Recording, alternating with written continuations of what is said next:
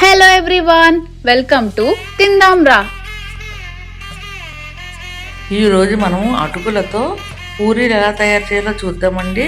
కమ్మగా చాలా రుచిగా ఉంటుంది. ప్రతి పూరి పొంగుతూ చాలా బాగా వస్తుంది.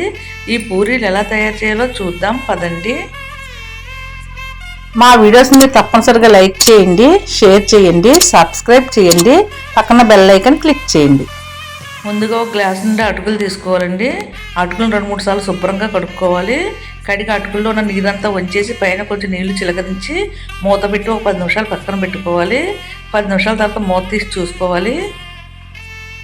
ఒక 10 నిమిషాల తర్వాత అటుకులు కొంచెం మెత్తబడతాయండి. ఈ అటుకుల్లో ఒక వెడల్పుగా ఉండే పళ్ళుండ వేసుకోవాలి. చేతితో బాగా నలుపుకుంటూ పూరీ పిండిలా కలుపుకోవాలండి. మెత్తగా ముద్ద అయ్యేలాగా కలుపుతూ ఉండాలి.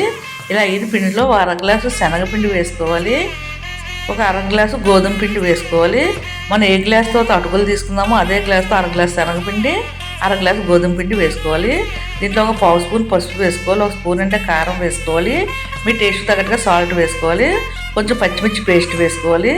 అలా 2 స్పూన్లు నువ్వులు వేసుకోవాలి. 1 స్పూన్ వాము బాగా నలిపి వేసుకోవాలి. ఇవన్నీ పిండిలో వేసి బాగా కలుపుకోవాలండి.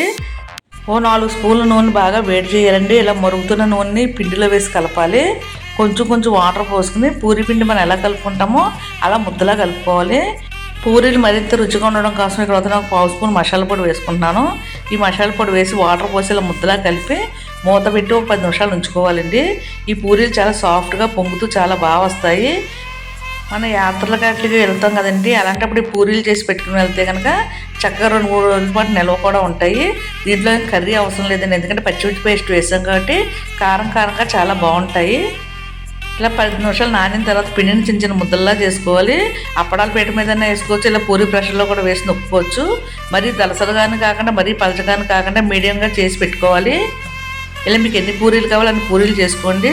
ముందుగా ఇక్కడ నేను 4 పూరీలు చేసి పక్కన పెట్టుకుంటున్నాను. పిండి ఆరిపోకుండా పైన మరలా మూత వేసి పెట్టుకోవాలి. అది మూత వేయకపోతే కానీ పిండి ఆరిపోతుంది. ఈ పూరీలు అయితే పిల్లలు పెద్దలు చాలా ఇష్టంగా తింటారంటే అటుకులతో చేసాం కాబట్టి హెల్త్ కూడా చాలా మంచిదండి. స్టవ్ పైన ఒక కడాయి పెట్టుకుని దాంట్లో నూనె వేసుకోవాలి. నూనె కాగేలోపు మరొకసారి సరిపడగా ఉండలు చేసి పక్కన పెట్టుకోవాలి. నూనె కాగిన తర్వాత చక్కగా ఇలా చేసి పెట్టిన పూరీలు వేసుకోవాలి. వేసిన వెంటనే కదపకుండా ఒక 2 నిమిషాలు పోయిన తర్వాత కలిపితే పూరీ పొంగుతూ చక్కగా వస్తుందండి. మంచి కలర్ వచ్చే వరకు వేయించుకోవాలండి. ఇలా మీకు ఎన్ని పూరీలు కావాలంటే అన్ని పూరీలు వేయించుకోవాలండి. పూరీలు చూడండి పొంగుతూ ఎంత బాగా వచ్చాయో. వేసిన వెంటనే గడితే ఇలా అంటే కనుక చక్కగా పొంగిపోతాయండి. అలానే 4 రోజుల పాటు నిల్వ కూడా ఉంటాయి.